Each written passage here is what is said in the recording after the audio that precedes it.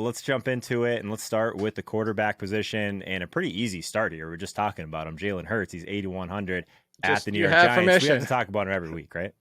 Until everybody starts playing him almost every single. This is the new Christian McCaffrey from your past. If anybody's been following us for years, just you have permission to start Jalen Hurts every single week. I just want to remind you, every single week you have permission. So if not, I feel like I've mentioned Joe Burrow a bunch. Like he's like his brother at this point. I keep mentioning Joe Burrow, and Joe Burrow's work. Basically, every time you and I have talked about Joe Burrow, that stack is hit. So that was my other team last week. I had the Hurts team, and then I had the Burrow team. So yeah, I'm with you. There you go. So what I will say is he's kind of been my third one, like my adopted child, so to speak, this year. It was Geno Smith. Really, what you know about it, like the matchup's good. We know Geno and DK and Tyler Lockett have been on quite a tear, mostly Lockett of recent. So if you want to go for that stack, it's a little tight. I think we might be at hint. I might try to put that on our team when we build it. But the biggest thing about Geno, I just want to talk about him success-wise. He has the best off-target percentage in the league, as in throwing the least amount of passes off target. And here's the crazy thing. Like, I would be like, okay, you know what? I can kind of believe that about Geno. The one that surprises me is he's also got the best off-target percentage, as in the lowest, for throws of 20-plus air yards downfield. Interesting. Like, you don't think Geno, and you're not thinking like, ooh, big arm, big game passer, but he has it, and he's been there on target with it. And if you look at the matchup for where DK Metcalf and Lockett can get opportunities to get space on this defense and hit those big throws, I'm feeling the Geno stack is the one that if you're looking for the savings, I think you can go with this week. I like that. We got three quarterbacks for people this week, but all three very good options: Hurts, Burrow, and Geno. So let's move on to the running back position. We're going to stay in that Cincinnati game with Joe Mixon. He's 6,900 against Cleveland. Like there's a lot of things to like about this game in particular, but Mixon just seems a little bit underpriced, right? And I think the concern is injury, and maybe the pricing comes out before he was cleared. But the one thing, and I said this on my podcast too, to make for everybody that's worried about it. And P. Ryan's looked great, sure, and P. Ryan probably maybe a few more touches. But the thing with like Mixon, the concussion, not to belittle a concussion, but I compared it to like satellite TV. You either get it or you don't. Like as in, he's either cleared or he's not. This isn't playing through a hamstring. This isn't his knee. And it sounds like he's going to be back in 4 weeks and he came back in 3. This is like, if he's cleared, he's cleared. He's going to play. Yep. And they're going to go back to Joe Mixon. And I'm not even worried that much about Joe Mixon in the passing game, because here's the thing. The Bengals, and part of the reason to go back to Burrow and why I didn't talk too much about him, but they are the 5th most points per drive in the league. On the flip side, the Browns rank second to last in success rate allowed to running backs and running back EPA. So they're allowing, or the Bengals put up a ton per drive. And if you're looking specifically for the running back matchup, the Browns are second in those two categories, which are two of the most optimal categories for us to chase running backs. And at this price, I'm going to have some Joe Mixon. I like it. Looking over at the Sims, our friends at Run the Sims, if we were to simulate this slate 10,000 times, Joe Mixon in the top 10 for optimal rate, but number 2 at running back, only Derrick Henry ahead of him so far early in the week. So yeah, the Sims are in line. This kind of feels like a Derrick Henry get right week, doesn't it? Well, that would make sense because I played him last week on my my bring back on my Hurts team. So that would make a ton of sense. Yeah, of course it does. Yeah. Well, let's talk about a kind of muddy situation, but one that's still a little bit interesting if you can get it right. We have Tony Pollard, 6,700. We have Zeke at 6,100 against Houston. Like, do we go both? Yeah. Do we go none? Do we go one of them? How do we I guess, sift our way through this problem? So if you go back to, if you remember, I'm sure you do and everybody watching does, you remember the Kamara, Mark Ingram games, or even go way back to the Devonta Freeman, Tevin Coleman games in those days. There were weeks where you could play both. It wasn't, and they were the optimal lineup sometimes. It just, we know the risk is, yes, mostly small field, and there's high risk involved. But the good thing about it is, you just mentioned, the prices aren't prohibitive with Pollard and Zeke because they're worried about this. And I looked at this matchup. Not only do the Texans allow the most yards, the most touchdowns, the most fantasy points per game to running backs, neither one of them are likely to get this, but every single running back that's run 20 times in a game against them has eclipsed the 100-yard mark and 20 fantasy points. So or touched the ball that many times. So I'm looking at it. Yeah, probably neither of them get there, but we're talking about Tony Pollard and Zeke, and we know Zeke's got the touchdown equity upside. And Pollard does too, but especially for Zeke, if you're worried about that little bit of savings. I don't want to use them both, but depending on how your lineup stacks, to get both of them in that 6,000 range, they could easily both finish as top 15, if not top 10 running backs this week. Yeah, before people click off this video for, I guess, even debating putting both of these in your lineup, this is something we see in college football DFS a ton.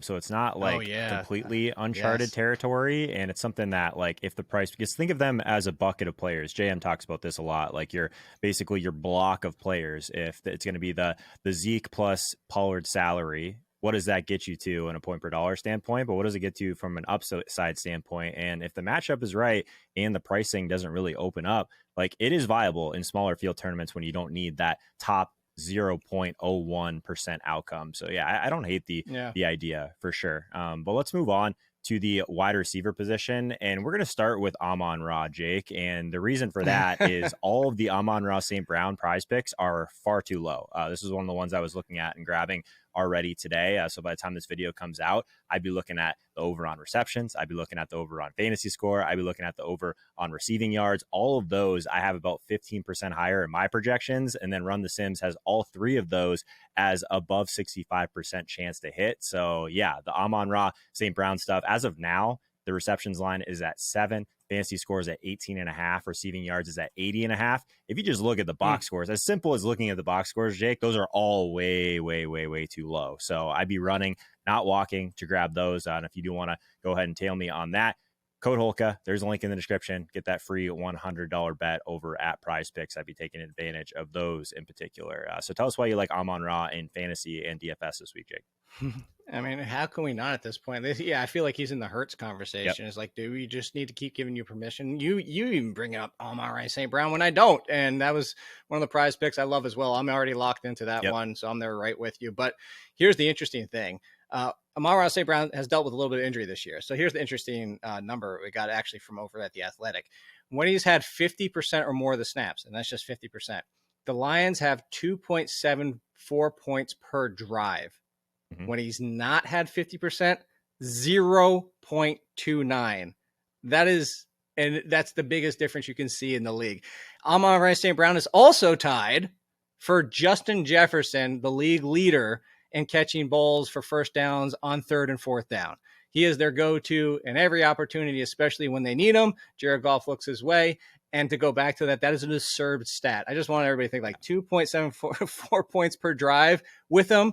0.29 when he's not. That's absurd. Shout out to Reeves. This has been his like very clear flag plant since like midsummer. He's brought him up probably on every single show. We've been talking about the Lions a ton in the games of the week segments just because their defense is so terrible. But yeah, Amon-Ra, just to throw a little bit more gasoline on that fire. In the Sims on DraftKings, the number one optimal rate player, 24.6%. And for all those people that are mad that I don't show the FanDuel Sims, he's also number one on FanDuel, even at 8,600, 21.3% of the optimal lineups. Simulated 10,000 times do have Amon-Ra St. Brown in them. So yeah, he's a fantastic play. He's going to be extremely chalky. We don't have him approaching 8K in salary just yet, but I wouldn't be surprised if he is over that on DraftKings very soon. Talking about a guy whose price isn't still anywhere near where it probably should be, Garrett Wilson, 5,900 at Buffalo this week. Another one of those guys that like DraftKings is slow on moving it. Is it because he plays for the Jets, or like how do we even sift our way through this? I don't know if that's what it is or whatever, but there doesn't seem to be any reason behind it to go. Now, this is a very small sample because we know Mike White hasn't been at quarterback for most of the year. Right. But if you take the 42 quarterbacks qualified, including Mike White, he is second in EPA on play action dropbacks, second in the league when they run play action. So I pulled the numbers on Garrett Wilson.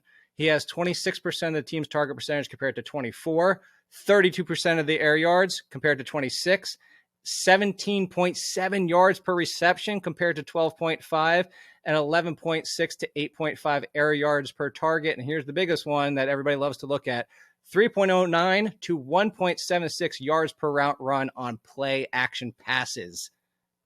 Go get Garrett Wilson in your lineup. Just do it. Yeah, I think we just leave it at that, if I'm being completely honest. He's a great play. Number 3 in the Sims over on DraftKings, 17% of the optimal lineup. So you're definitely in lockstep with the Sims this week, Jake. So love to see that. At the tight end position, I actually don't mind the idea of paying up, and it seems like you're with me on that this week. Mark Andrews, 6,500 at Pittsburgh. Tell us why you like him. Hell, let's just talk about Tyler Huntley's game log with Mark Andrews last year. How about that? This is the simplest version. I'm going to try not to do it too fast because there's a lot of numbers coming here. First number's targets, the second number's receptions, third is yards, and fourth touchdowns. So 10 for 8 for 73, no touchdown. 11 for 11 for 115 and a touch. 13 targets, 10, 136, and 2 touchdowns. 6 for 6 for 89 and none. 16 for 8 and 85. Tyler Huntley looks to one person and one person only, and that is Mark Andrews. People have been off Mark Andrews, and for understandable reasons. The price is still high. He's been very quiet for the past 3 or 4 games. It's actually around the time I traded for him in the Flex League, so sorry about that. But Tyler Huntley is probably not going to spend too much time going to Devin Duvernay and Demarcus Robinson, who Lamar Jackson was already struggling to go with here. So Huntley, good rushing upside, but when he does throw, he looks for Mark Andrews first, second, and probably third when he can. So I love Mark Andrews this week. This is one of the few weeks I don't normally pay up for tight end, but if I can, that's where I'm going. Yeah, my honorable mention will be a pay down guy, Greg Dulcich, 8 targets. Oh, I have another. Week. I have a way pay down guy. Go ahead. Sorry, yeah, I think Dulcich is probably no. I'll save it for our lineup. I think he's going to have to be in my lineup. So go ahead. Okay, right on. So we'll move over to our DraftKings lineup build then. Make sure you guys hit that subscribe button if you haven't already. Really does help out the channel. I check basically every week to see how many people are watching these videos and are not subscribed. It's almost 50-50 at this point. So if you've been watching us the entire season, would appreciate it if you would hit that button. Jake, what do we want to do with our lineup build this week? On the defensive side, I think there's 2 that are probably pretty clear, chalky options, Pittsburgh and Carolina. But let's talk about tight end and what your defense. Let's start with those 2. I'm going to force you into that box, at least for now. They're force me into, the tight end box? Yes, you had a guy that you want to talk about a tight end. Yeah. And then we'll throw our defense in there to get an idea where we're at after that. So if the full pay down here is now this is going to go sideways if Treylon Burks is active, but it doesn't sound like he might be. But if he's out, you're doing it. Chigoziem Okonkwo, everybody. Look, Okonkwo has been involved quite a bit lately. The only concern we have with him and why I like it more if there is no Treylon Burks is because he sees mostly 12, 2 tight end sets. A lot of the 11, he's not out there still with Austin Hooper and everything like that. That's what I was going to ask. Like, what's the deal with Hooper here? Like, wouldn't most people be going that direction? And I think they would. And I think the play here, though, is that when Okonkwo is on the field, he's running routes at like almost a 90% clip, and he's the one that's getting targeted. So Okonkwo being at 27, he's the ultimate paid at like 2,700. Like if you're trying to cram that lineup in there and just hopefully you get your tight end touchdown, Okonkwo would be the one that I would pay all the way down for. So we'll start with tight end. We'll put him in for now. I like it. I was actually going to say the Buccaneers defense against Brock Purdy. The Bucs defense, their past defense has been really good all year. Talked about them earlier in this season. I talked with Chris Harris one time. We were talking about matchups and the fact that second wide receivers have almost done nothing against them all year long. So I can see that because I don't like Carolina because where I'm going to be going with this lineup. Okay. And Pittsburgh's okay, but let's do Tampa. You know what? 2,900. I thought they'd be more expensive, honestly. Yeah, that's why. Like you could talk me into Pittsburgh. They're just still very vulnerable, and I think Huntley's just going to run a lot. So cool. We'll do those 2, and then of course let's do it. Geno stack, bring it back with DJ Moore, and then see where we're at. DJ Moore, by the way, talk about prize picks that stand out. That is like one of the crazier ones that's available right now. You can get the line is 53.5 for receiving yards right now. I have it set at like 70, which is a massive, massive difference. So if you didn't take the Amon-Ra stuff, or if you did take the Amon-Ra stuff, the guy that I would pair it with is the DJ Moore overs. So I'm with you on that. Are we going double with DK? Yeah, I want to try and get the DK, Tyler Lockett, Geno full stack in there. I want to see if we can pull this off. I like it. We still got tons of salary to work with. Is the best part. Yeah. So let's go to running back. Let's throw Mixon in because Mixon's still priced. We're not going to get to Derrick Henry with this lineup. Okay. There's some other mid-price ones here. Like I think Swift is sneaky, but I feel like the risk that associated because we're talking about best bets, smaller field. I could see it in a smaller field. The bigger field, I think it's going to be too risky. I think Swift that might actually gain a little bit of steam after what he did last week. That's what I'm saying. Yeah. And I think that the risk associated with him of Jamal Williams just taking all the goal line carries even against Minnesota and tons of upside at 5,800, he's still worth the play. But do we force an Amon-Ra here and see what's left? I don't know if we can afford him. I don't think we can. No. That's what I'm kind of already running numbers through my head. We'd have to really pay down at running back. All right. Well, if we want Wilson, that gives us a lot more room. That's what I was about to say. I was just about to say put Mixon and then put Wilson in the flex. Yep. So right now we have 6,300 at the running back position. So that gets us to. There you go, Ezekiel Elliott. There you go, Ezekiel Elliott. Boom.